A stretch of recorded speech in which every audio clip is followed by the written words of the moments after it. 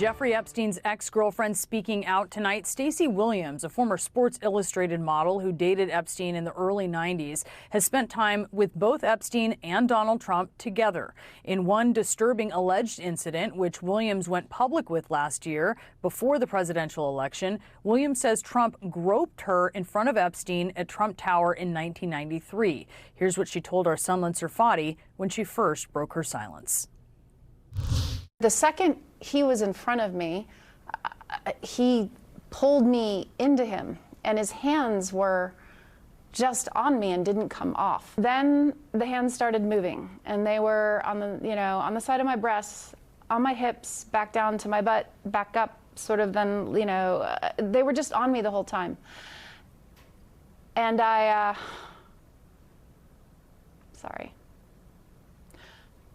froze. Williams also claimed that Epstein and Trump looked at each other and smiled during the alleged incident, which Williams says she now believes was coordinated and, quote, some kind of weird, twisted game.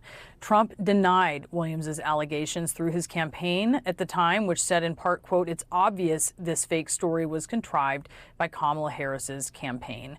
And Stacey Williams is out front now to speak out for the first time since the uproar over Trump's handling of the Epstein case.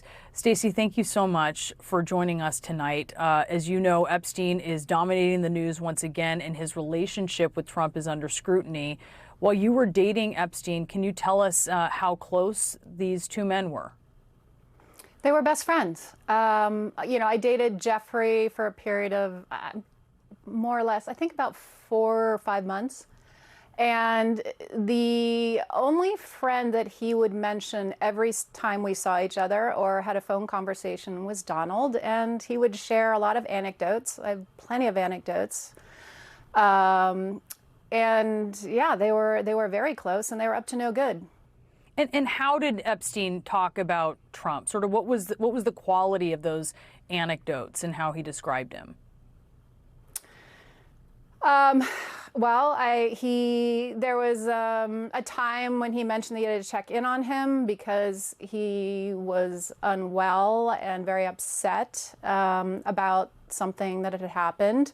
I remember because he was late to pick me up, and he was explaining why he was late.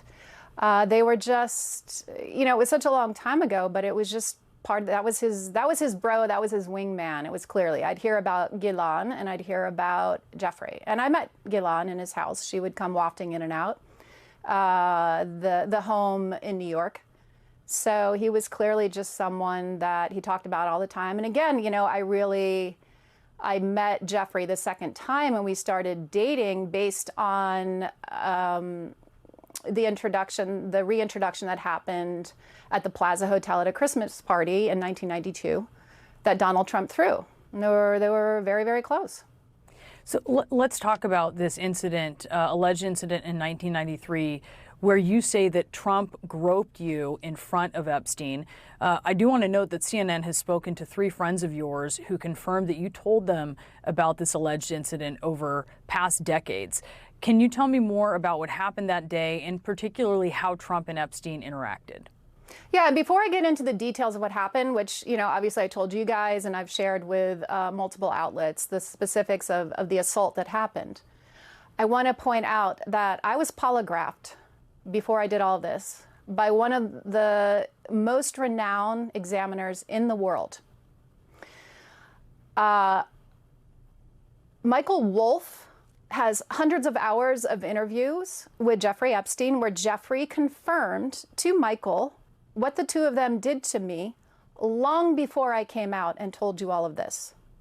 So those are 2 critical data points that you need to have, and now I'll walk you through what happened. I was dating Jeffrey.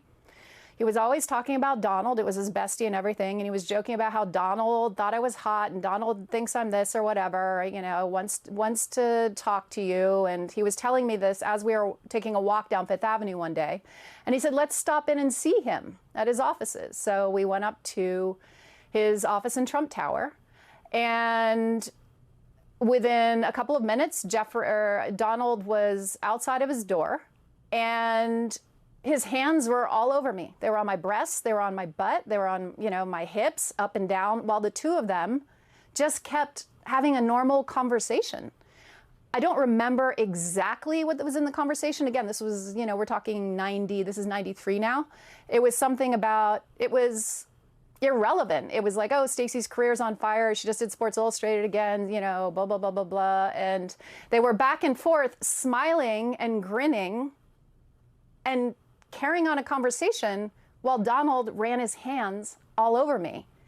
And when that happens in broad daylight in someone's office and an assistant's walking back and forth, you're in shock. If it happens in a dark alleyway, right, you defend yourself. But when it's hidden in its brazenness like that, which is Donald Trump's forte, you go into shock. So I froze, and it was over and very quickly. It was a few minutes, and then we got back in the elevator, and Jeffrey's energy had changed. He was like seething. He was enraged. He wouldn't make eye contact with me. And then we got out on the street on Fifth Avenue, and he looked at me and he just started yelling at me, saying, "Why did you let him do that?" And he was so enraged. And then I remember thinking, like, why did I? I felt like I was coming back into my body at that moment, and I was confused. So that's the story of the assault. And I do just want to note, Stacey, that Trump has denied these allegations, which you are well aware of. And I know at times you've referenced videos which we have not confirmed the existence of. But I know that you felt that this was coordinated later when you looked back on it. What was it that made you draw that conclusion?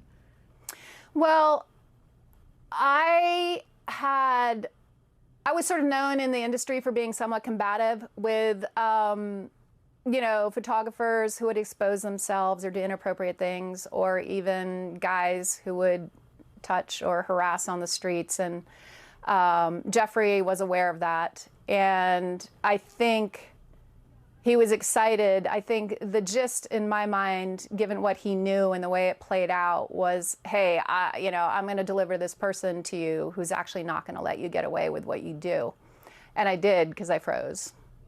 Like I said, when it's hidden in its brazenness like that, you freeze. And, he's a master of that. So, I mean, he talked about it, right? He talked about pussy grabbing on the Access Hollywood tape. And tonight, if you're aware, President Trump has filed this libel lawsuit against the Wall Street Journal over its reporting that there was this note bearing Trump's name as a signature and an outline of a naked woman that was included in a 50th birthday album for Epstein in 2003, a note that also depicted an imaginary conversation between the two men. And part of it reads, quote, Donald saying, "We have certain things in common, Jeffrey. Jeffrey, yes, we do. Come to think of it, Donald, enigmas never age. Have you noticed that? Jeffrey, as a matter of fact, it was clear to me that the last time I saw you." And then finally, Donald, "A pal is a wonderful thing. Happy birthday, and may every day be another wonderful secret." Trump called that letter fake. He said it was out of character for him because he never wrote a picture or drew a picture in his life. Wrote a picture, I think he said. No, it's not his kind of language. Based on your time with both men, does that sound out of character to you? What, are you kidding me? I know what they were up to together. It happened to me. I was polygraphed. I have the post-assault postcard with a love note. So I have the receipts. Where are Donald Trump's receipts? Where are they? I know what they're up together, and I know what that means. It's very clear. It wasn't baking or fishing. Well, Stacey Williams, I really appreciate you taking the time to speak with us tonight. Thank you so much. Thank you.